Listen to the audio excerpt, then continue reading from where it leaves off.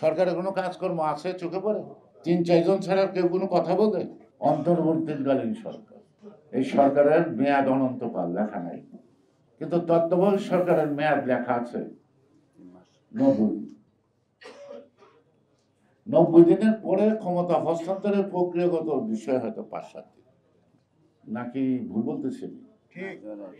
কিন্তু এই যে অনন্তকালের অন্তর্বর্তীকালীন সরকারের মেয়াদ হলো অনন্তকাল, যতদিন থাকবেন ততদিন এটা বুঝবো।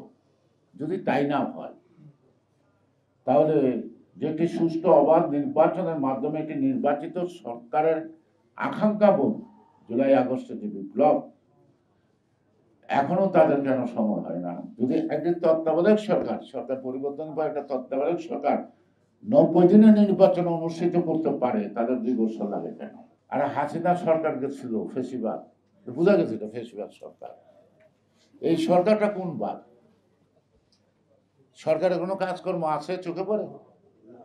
3-4 জন ছাড়া কেউ কোনো কথা বলে? মন্ত্রণালয় কেমনে চলে, কোন মন্ত্রণালয়ে কি হচ্ছে কোনো খবর রাখে?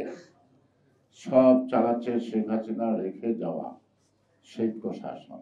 এখন এত জামাত এত বিএনপি যদি সচিবালয়ে থাকে, তা হাসিনার সামনে এরা থাকলো কি করে?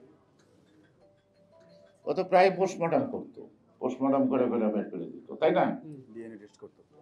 আজকে যে এলাকায় সব বিএনপি, তাহলে আওয়ামী লীগ এতদিন ছিল কোথায়?